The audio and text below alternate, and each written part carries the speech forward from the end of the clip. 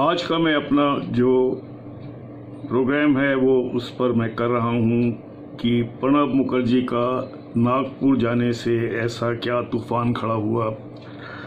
अभी तक सच्चाई ये है कि प्रणब मुखर्जी भी बहुत कुछ छुपा गए और मोहन भागवत भी बहुत कुछ छुपा गए, क्योंकि उनका मिलने का जो मतलब था वो कुछ और था और वो जो मतलब था वो उन्होंने पा लिया। वो क्या मतलब था प्रणब मुखर्जी और मोहन भागवत के आपस में मिलने का, वो मैं आपको बताना चाहता हूँ। सबसे पहले मैं इस प्रोग्राम को शुरू करने से पहले आपको एक फोटो दिखाना चाहता हूँ।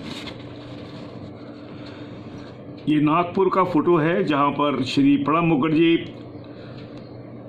हेड गवार की मूर्ति के आगे उनको फूलों की श्रद्धांजलि दे रहे हैं। उनकी दाईं तरफ मोहन भागवत है और जब प्रणब मुखर्जी यहाँ पर पहुँचे हेड गवार की मूर्ति के आगे तो उन्होंने एक बहुत ही गलत बयान किया।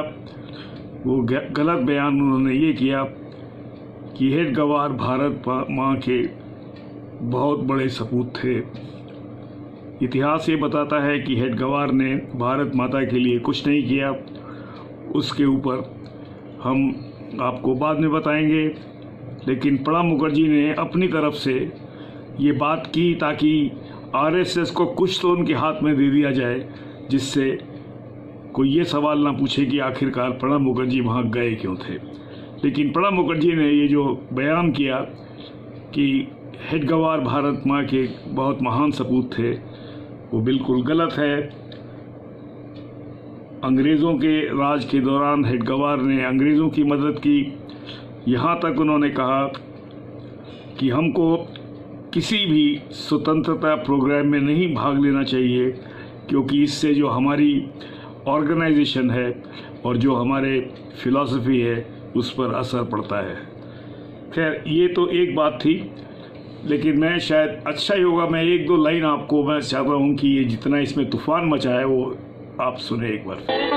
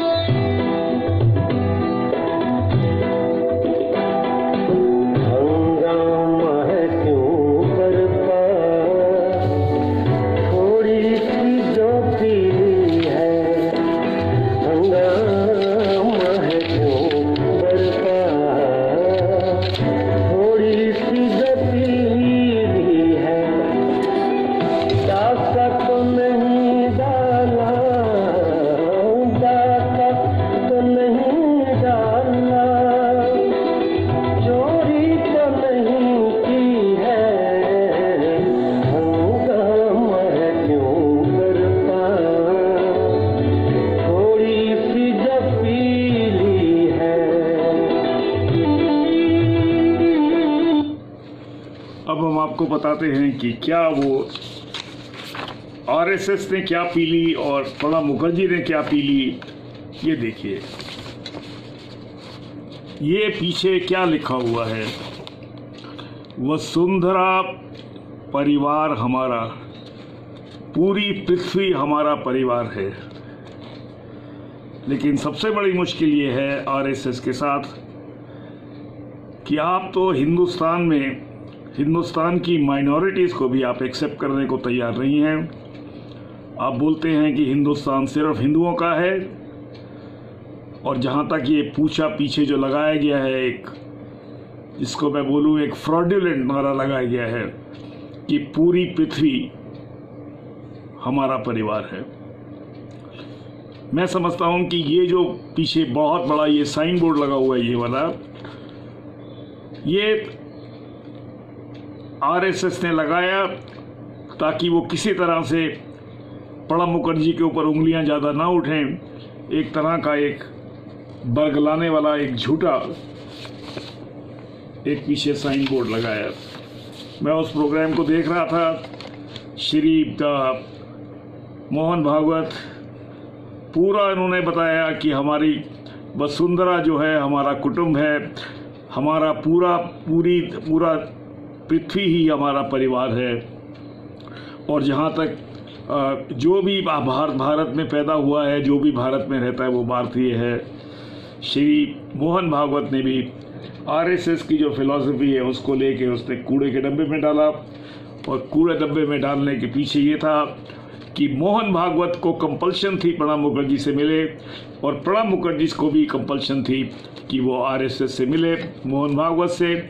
और जब ये प्रेसिडेंट थे प्रणब मुखर्जी, उस दौरान ये राष्ट्रपति भवन भी कई बार गए मोहन भागवत, वहाँ उनकी बैठ के बात हुई, और ये पूरे प्रोग्राम का वहाँ पर पूरा एक ड्राइंग, एक खांचा वहाँ पर खींचा गया। आखिर इसमें है क्या?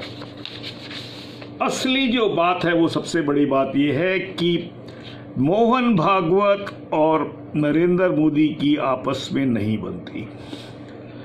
अगर नरेंद्र मोदी और मोहन भागवत की नहीं बनती है तो उसका कारण क्या है? प्रणब मुखर्जी की नरेंद्र मोदी से नहीं बनती है तो क्यों? दरअसल ये सारा झपला खत्म हुआ जब भारत के राष्ट्रपति का दोबारा चुनाव होने जा रहा था। उस दूसरे चुनाव के अंदर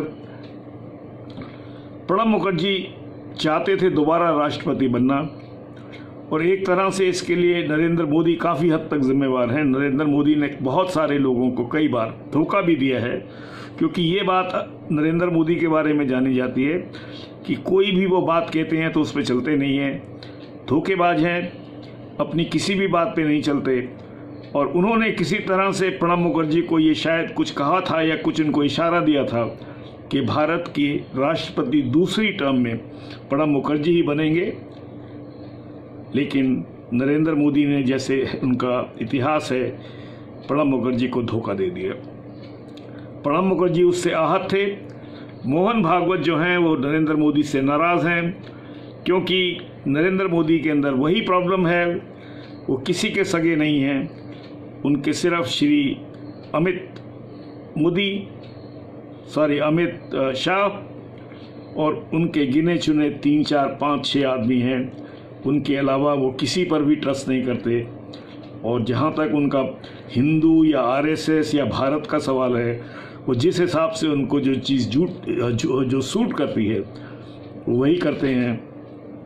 ये कारण था मोहन भागवत का और प्रणब मुखर्जी का मिलने का। और उसके पीछे एक बड़ी सीधी सी बात थी कि अगर भारतीय जनता पार्टी को ज़्यादा सीटें नहीं आती 2019 के अंदर, क्योंकि आज की तारीख में सीटें जो बीजेपी के पास हैं लोकसभा के अंदर वो करीब 268 हैं, 272 से भी नीचे हैं। और इस बात की पूरी संभावना है कि भारतीय जनता पार्टी को जो 2019 का चुनाव होगा उसके अंदर भारतीय जनता पार्टी को 135 से ज़्यादा सीटें नहीं आएंगी, क्योंकि पूरे हिंदी हार्टलैंड में, हिंदी बोलने वाला जो क्षेत्र है हिंदुस्तान में, चाहे वो राजस्थान हो, चाहे वो मध्य प्रदेश हो, चाहे वो दिल्ली हो, चाहे वो हरियाणा हो, चाहे वो यूपी हो, चाहे वो बिहार हो, जहाँ पर आज की तारीख में सभी जगह बीजेपी की गवर्नमेंट्स हैं, यहाँ सब स्टेट से बीजेपी का सुपड़ा साफ होने वाला है।